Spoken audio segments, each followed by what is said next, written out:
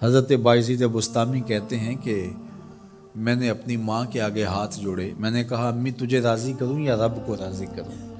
تو اپنے حق مجھے معاف کر دے، اللہ کو میں راضی کر لیتا ہوں۔ ماں نے کہا جاؤ پتر میں اجازت دیتی ہوں۔ گئے جنگلوں میں ذکر و فکر میں لگے رہے، تنہائی میں اس کو یاد کرتے رہے، دن رات ذکر کے چراغ روشن رکھے۔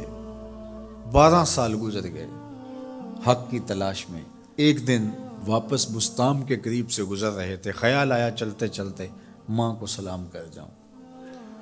دروازے کو دستک دینے لگے تو اس خیال نے ہاتھ روک لیا کہ ساری زندگی ماں کو سکھ تو دیا کوئی نہیں، اب دکھ بھی کیوں دینے لگے ہو؟ رات کا ایک پہر بیت گیا ہے، سردیوں کی لمبی رات ہے، ماں بستر میں لیٹی ہوگی، تیرے لیے اٹھے گی، دروازہ کھولے گی۔ دروازے کے ساتھ ہی لگ کے بیٹھ گئے اور ساری رات کاٹ دی، اس خیال سے کہ ماں کو تکلیف نہ ہو۔ جب سحری کا وقت ہوا تو اندر سے جو نالی آتی تھی اس نالی سے پانی آیا، سمجھ گئے میری ماں تہجد کے لیے اٹھی ہے اور وضو کا پانی ہے، تو فوراً دروازے پہ دستک دی۔ اندر سے آواز آئی بیٹا بایزید میں ابھی آئی۔ مائیں بیٹوں کے دستک کے انداز سے جان لیتی ہیں یہ کس بیٹے کے ہاتھوں کا لمس ہے۔ 12 سال کے بعد آئے، دستک دی، کہا بیٹا بایزید میں ابھی آئی۔ ماں کی تو نگاہیں ہی دروازے پہ رہتی ہیں۔ اللہ اکبر۔ کہتے ہیں کہ ماں نے دروازہ کھولا، 12 سال جنگلوں کی خاک چھانتے بیت گئی تھی، پراگندہ صورت، بکھرے ہوئے بال، پھٹے ہوئے کپڑے۔ میری ماں کی جب نگاہ میرے پہ پڑی تو اس کی چشمان سے موٹے موٹے آنسو ٹپکنے لگے، اور اس نے ایسے ہاتھ پھیلا کے کہا مالک میرا بیٹا بایزید تیری طلب میں نکلا تھا، تو نے ابھی تک اسے اپنا قرب نہیں دیا۔ حضرت بایزید بستامی کہتے ہیں 12 سال کی ریاستوں سے جو کچھ نہیں ملا تھا ماں کے اٹھے ہوئے ہاتھوں سے مل گیا۔ میں نے کہا مالک میں تجھے کہاں ڈھونڈ رہا ہوں، تو کہاں موجود ہے؟ تو ماں باپ کی رضا اللہ کی رضا کا دروازہ کھولتی ہے۔ جن لوگوں کے ماں باپ ناراض ہیں اور وہ جا کے پیر صاحب کی خدمت کرتے ہیں اور میاں ماں کے قدم چومو، باپ کی ٹانگیں دباؤ، ان کی خدمت کرو، تمہارے پہلے مرشد وہ ہیں، ان کو راضی کرو، پھر کسی شیخ کامل کی صحبت میں آنا، دیکھو کیسے دل کی بند کھڑکیاں کھلتی ہیں۔ ایک مرشد تو ناراض کر رہا ہے اور دوسرے مرشد سے تمہیں کیا ملے گا؟ تو راستہ یہیں سے کھلے گا۔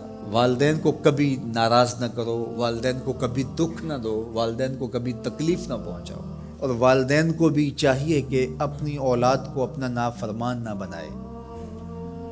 ایک بزرگ فرماتے ہیں کہ مجھے برابر 30 سال ہو گئے ہیں کہ میں اپنی اولاد کو کوئی حکم ہی نہیں دیا، کوئی حکم نہیں دیا۔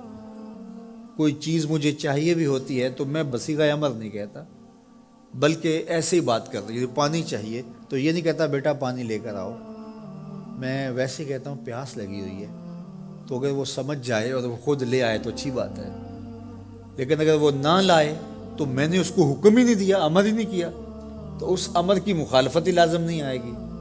تو کہا 30 سال برابر گزر گئے ہیں، میں نے اپنی اولاد کو حکم نہیں دیا کہ کہیں وہ میری نافرمان نہ ہو جائے، چونکہ اگر وہ نافرمان ہو گئی پلے کچھ نہیں رہے گا۔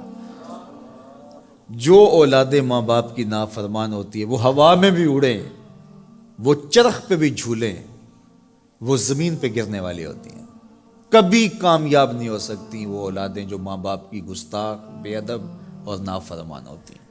وہی اولادیں سرخرو، کامیاب اور کامگار اور بامراد ہوتی ہیں جو ماں باپ کی خدمت کرتی ہیں، ماں باپ کی دعائیں لیتی ہیں۔